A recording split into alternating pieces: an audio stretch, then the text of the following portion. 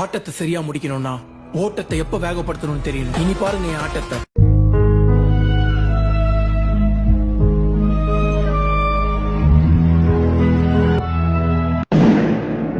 சாக்கடை நாட்டம் தாங்க முடியவில்லை என்பதனால் அப்பனும் மகனும் எங்கெல்லாம் செய்கிறார்களோ அங்கெல்லாம் போர்வையை பூத்துகிறார்கள். எங்கனால சாக்கடையில இவர்கள் மன்னர் பரம்பரை அல்லவா? ஏன்னு கேட்டா சாக்கடைக்கு வெக்கமா இருக்கும். சரி, நம்ம தான் சாக்கடை நினைச்சிட்டு இருக்கோம், அதை விட பெரிய சாக்கடையில இருந்தும் இருக்கே அப்படின்ட்டு.